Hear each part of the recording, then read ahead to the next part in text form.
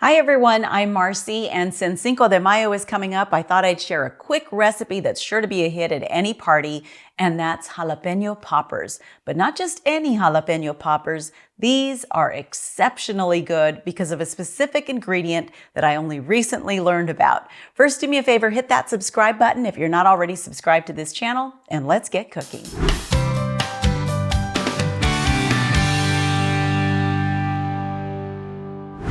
I've been making jalapeño poppers for a long time, filling them with cream cheese, wrapping them in bacon, and popping them in the oven. But recently I went to a party and had jalapeño poppers that were so good, I had to admit they were better than mine.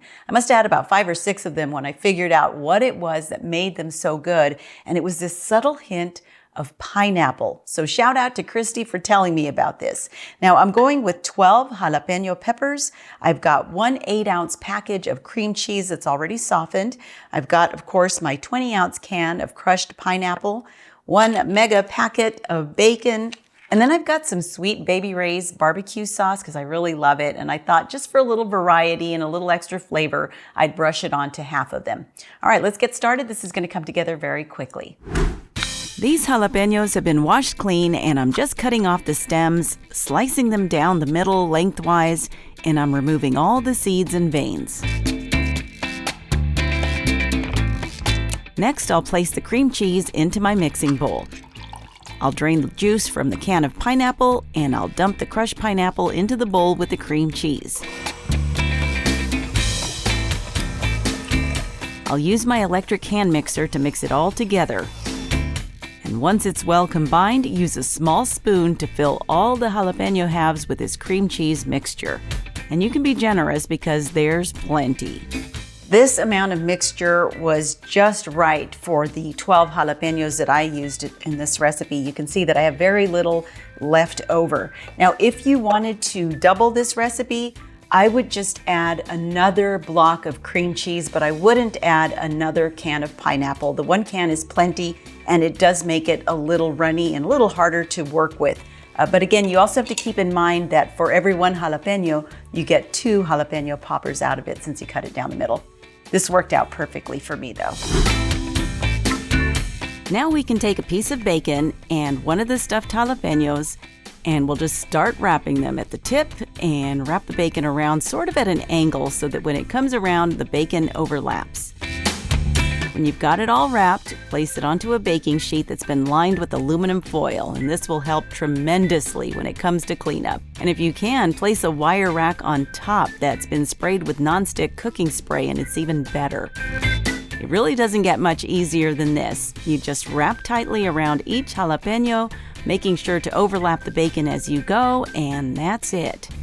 Once you've got all your jalapeño poppers onto the baking sheet, I recommend brushing on just a little barbecue sauce on top. I'm going to do that with half of these just for variety and also so you can see the difference between the two. And now that they're all done, I'll stick them in the oven to bake at 350 degrees for 45 minutes.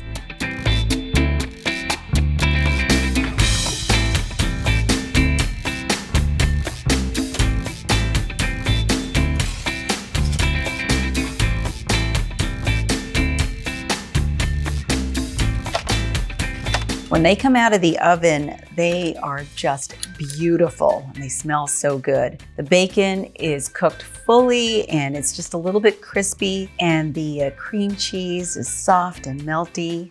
I can hardly wait to try these, but you do need to let them cool for a bit before you transfer them to a serving dish and eat them.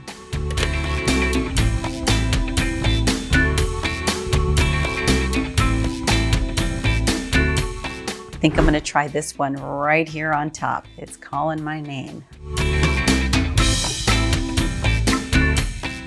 Oh my gosh, it's so good. You know, to be honest, when you look at it, you don't even think there's pineapple in it. It just looks like regular cream cheese. But then you bite into it and that added flavor is undeniable. And of course, who doesn't love bacon, right?